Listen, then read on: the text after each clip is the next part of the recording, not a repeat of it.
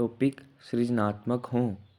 वह तो मैं ठीक ही कहता हूँ कि सन्यासी को सृजनात्मक होना चाहिए। जो भी करो उसे इतने प्रेम से करो, इतने आहत से करो जैसे सारा जीवन उसी कृत्य को करने के लिए बना हो, जैसे कल होगा ही नहीं। और आज जो कर रहे हो उसमें अपने को पूरा उड़ेल देना है। जो भी करो उसे इतने उत्सव और अनुग्रह भाव से करो कि परमात्मा ने इतना किया हमारे लिए। परमात्मा कहो, अनजान प्रकृति कहो, अज्ञात ऊर्जा कहो, जो भी नाम देना चाहो सभी नाम ठीक हैं। इतना तय है कि कोई अज्ञात ऊर्जा बहुत कुछ कर रही है, अन्यथा हम कैसे होते, चांद कैसे होता, तारे कैसे होते, वृक्षों में फूल कैसे लगते, पक्षियों के कंठों में गीत कैसे जन्मते। यह जो दूर से कोयल कूकने लगती है, यह एक एक तितली के पंखों पर ऐसा रंग, एक विराट सृजनात्मक शक्ति काम कर रही है। तो तुम जो भी करो इसे अपना अनुदान समझो, इस विराट सृजनात्मक शक्ति के साथ सहयोग का। मेरे देखे परमात्मा अगर सृष्टा है तो तुम जब भी कोई सृष्टा की अवस्था में पहुंचते हो तो परमात्मा से तुम्हारा तालमेल हो जाता है। इसीलिए सृजन से बड़ी कोई प्रार्थना नहीं है।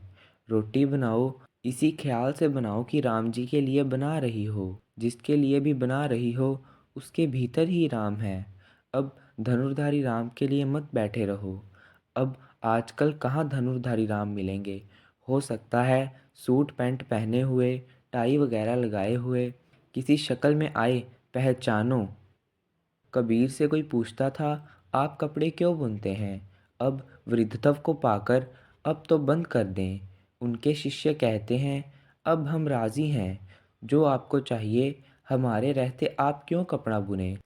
कबीर कहते, लेकिन नहीं, राम जी मेरे कपड़े बहुत पसंद करते हैं। कबीर जब गांव में इन्हें बेचने जाते थे, हर ग्राहक को कहते थे, राम जी ले जाओ। राम जी के अलावा और कोई था भी नहीं। जो भी आया वही राम है, राम ही है और तो कुछ है ही नहीं। यह तो कबीर ज़्यादा ठीक काम कर रहे हैं। आम ग्राहक जो खरीदने चला आया है सामान, उससे कह रहे हैं, राम जी ले जाओ, बहुत मेहनत से बुना है, यूं ही नहीं बुना है, बहुत प्रेम से बुना है। भीनी भीनी बीनी रे चदरिया, राम रस में डुबा डुबा कर रंगा है, मस्ती से बुना है, गा कर बुना है।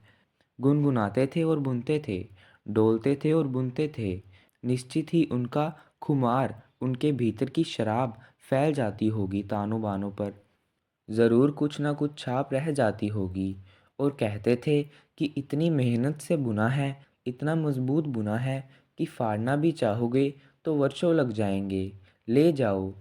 तो वे कहते थे कि राम जी आएंगे बाजार में और खोजेंगे कि कबीर आया है या नहीं, और मुझे नहीं पाएंगे तो बड़े उदास होंगे। कबीर जीवन की अंतिम घड़ी तक कपड़े बुनते रहे। इसे मैं सृजनात्मकता कहता हूँ। सृजनात्मकता से यही भ्रांति होती है कि या तो मूर्ति बनाओ, या कविता करो, या पेंटिंग बनाओ। इस तरह की दो तीन चीज़ों से लोग सृजनात्मकता का अर्थ लेते हैं। सृजनात्मकता का इतना ही अर्थ नहीं होता। यहाँ आश्रम में लोग हैं, उनको जो भी सबसे ज़्यादा बात छूती है वह छूती है आश्रम में आनंद मगन करने वाले लोग, चाहे वे संडास साफ कर रहे हों। क्योंकि यहाँ तो कोई नौकर नहीं है, एक भी नौकर नहीं है। नौकर की बात ही अमानवीय है। यहाँ तो सारे काम सन्यासी कर रहे हैं, और इनमें कोई भेदभाव ही नहीं है। जो पखाने साफ कर रहे हैं और उनमें जो दफ्तर में बैठकर ध्यान विश्वविद्यालय का कुलपति है, उसमें कोई भेद नहीं है। वैसे भी भेद नहीं है संडास और बाथरूम साफ करने वाले सन्यासी में। पीएचडी आश्रम के बगीचे में सब्जी उगाते हैं। सृजनात्मकता का अर्थ इतना ही नहीं है कि कविता करो, जो भी करो वह तुम्हारा ध्यान हो, मौज हो, मस्ती हो। फर्श साफ करो तो ऐसे जैसे परमात्मा के लिए किया जा रहा हो। इसीलिए आश्रम में तुम्हें एक ताजगी मिलेगी, एक सुवास मिलेगी, एक स्वच्छता मिलेगी, एक अलग गंध मिलेगी।